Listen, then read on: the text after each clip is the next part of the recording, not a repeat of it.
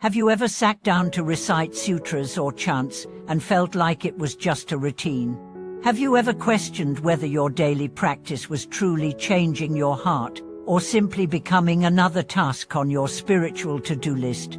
Welcome back to the channel that brings sacred teachings into the pulse of real life. I'm grateful you're here with me today, as we explore one of the most personal and powerful aspects of Buddhist practice, daily recitation. Today's question is this: how can we transform our morning and evening chants into living, breathing experiences of joy, reflection, and transformation? If you've ever been to a monastery or a retreat, you've heard the rhythmic sound of monks chanting together. It's steady, anchored, almost like the heartbeat of the Dharma itself. But outside that setting, in our busy homes, rushed mornings, or late-night fatigue, reciting the morning or evening liturgy can start to feel like a chore. Why does that happen? And more importantly, how do we change it? Let's start with a simple truth. The point of recitation is not perfection, it's presence.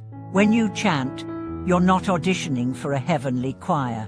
You're aligning your voice, breath, and heart with the sacred. You're stepping into a river that has flowed for thousands of years, a river of sound, meaning, and intention. That's not ordinary. That's transformative. But like anything in life, the sacred becomes dry when it's disconnected from your heart. So how do we bring the heart back? The first key is to understand what you're chanting. Too many practitioners recite lines without knowing what they mean. The words pass through the mouth, but not the mind. That's like eating food without tasting it. Take time to study the meaning behind the verses. Learn the stories behind the sutras. Feel the compassion of the vows you recite. When you chant homage to the triple gem, feel the weight of that reverence. When you recite the four great vows, let them pierce your ambition and ignite your aspiration. Because here's the truth: words carry power, but only when inhabited. The second key is to personalize your practice. You don't have to recite every section every day. Choose what resonates. Some mornings, you may need the peaceful rhythm of the Heart Sutra. Other evenings, perhaps a few sincere recitations of Amitabha Buddha's name is what your soul craves. Let your practice breathe. Let it reflect where you are. This doesn't mean you abandon discipline, it means you infuse it with love. Third, create a sacred space. You don't need a large altar, a small corner, a candle, a clean cloth, a photo of a Buddha.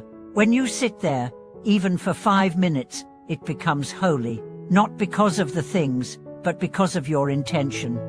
Let it be a place where you shed the noise of the world and enter the silence of presence. Let it be a place where your voice is not judged, but heard by the universe. Fourth, bring your whole body into it. Don't rush. Sit with dignity. Hold the beats with awareness. Let the sound of your own voice echo in your chest. Let the breath guide the rhythm. This is not performance, it is communion. In time, the chant stops being yours, it becomes the voice of countless beings, rising through you. Fifth, shift your motivation. Don't chant to earn merit. Don't chant to impress others. Chant to remember who you are. Chant to anchor yourself in a truth deeper than your stress, fears, or to-do lists. You're not chanting for results, you're chanting to return. Now let's look at what morning and evening practices actually do for the mind. Morning recitations set the tone.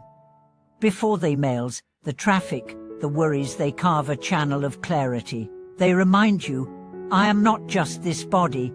I am not just these problems.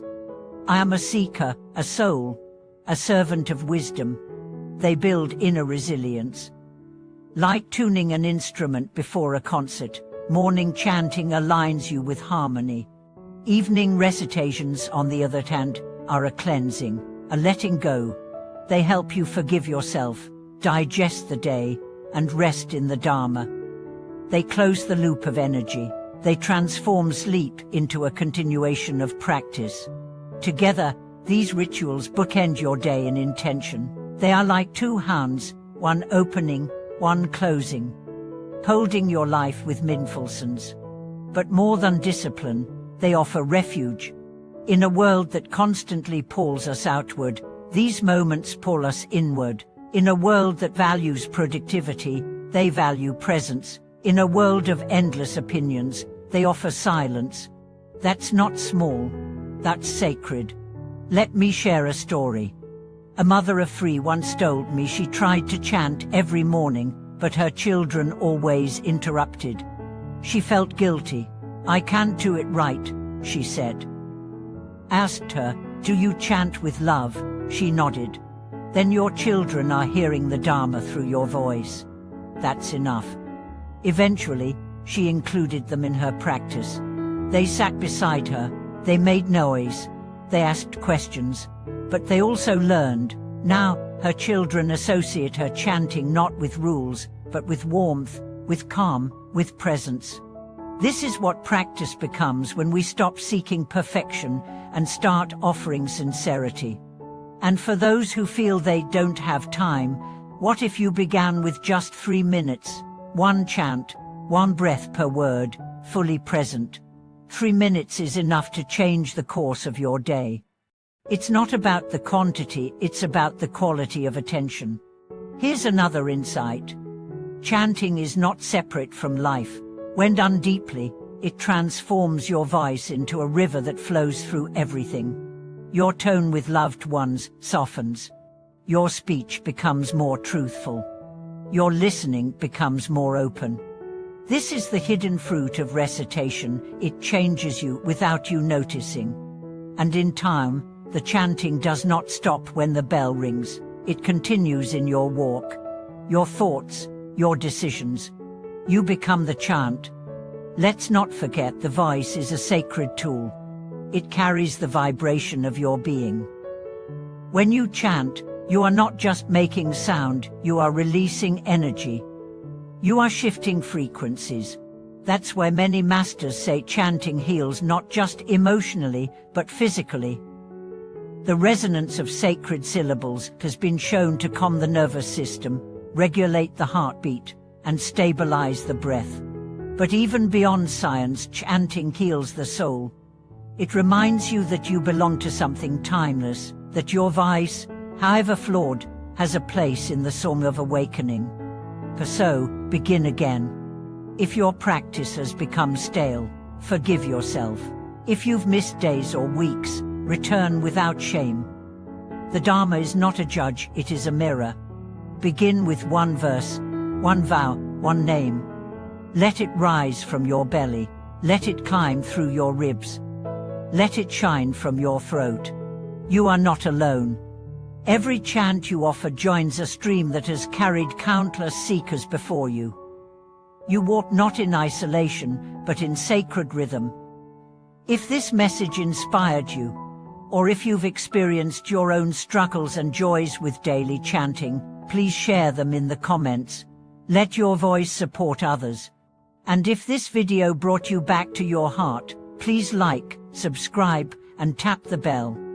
Together, we create a community where practice becomes joy and joy becomes practice. Thank you for watching this video. May your morning and evening be filled with presence, your voice with truth, and your life with the song of awakening.